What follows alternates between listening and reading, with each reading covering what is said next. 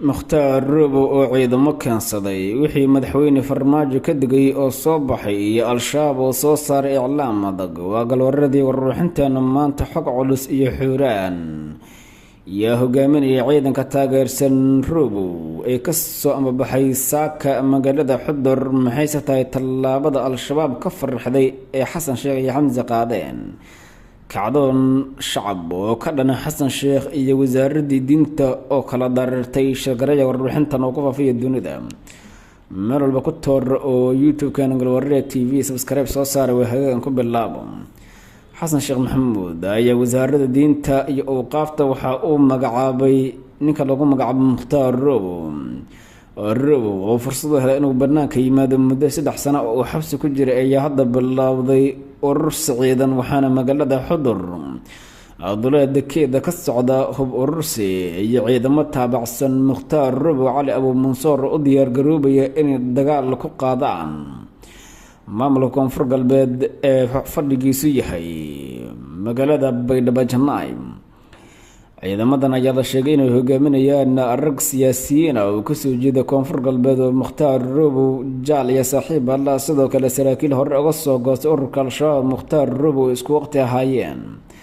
ayaa la sheegay inay horboodayaan abaabulka ciidan ee ka socda duleedka magaalada Xudur iyadoo arrintaana ay dhalisay khalkhal ku yimid maamulka Koonfur Galbeed oo hadda difaaca isaguna ku jira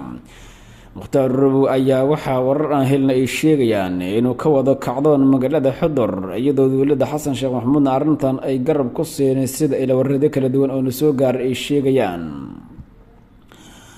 xukuumadda madaxweyne Xasan Sheekh Maxamuud oo hadda iyadoo ah mid si weyn arrintan ay uga fuleeyso ayaa hadda diiradda saaraysa sidii loo dejin lahaa xaaladda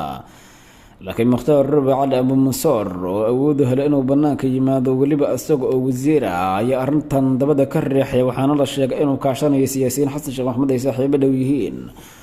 oo iyaguna ka soo jeeda magaalooyinka Waajid Xudur iyo sidoo kale Buurhakaba arrintan oo noqotay mid hadalhayn ka dhaxawar deegaanada Koonfur Galbeed iyadoo qalqalna ku abuurtay amnigii deegaanada maamulka Koonfur Galbeed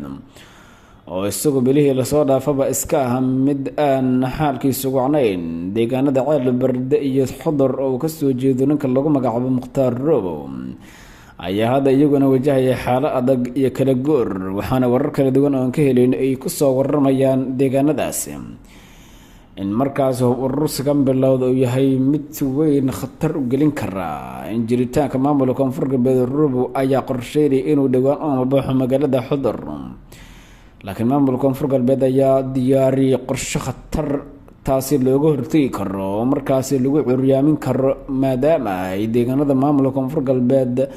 ay sintigi karaan dad aad ugu dhow markaas Mukhtaar Robo markii horeba laga soo xiray isagoo musharax u taagan xilka madaxtinimada Koonfur Galbeed lafta gareen ayaa hadda wajahaya dagaal adag oo dhinaca Xasan Sheekh Maxamuud kaga imaanaya Xasan Sheekh Maxamuud soo ula dagaalamo nidaamka ka jira Koonfur Galbeed waxa uu Mukhtaar Robo ka dhigay wasiir arrintaas oo cadeynaysa dagaalka uu iclaamiyay ninka lagu magacaabo Xasan Sheekh Maxamuud sida tooska ah looga dagaalamayo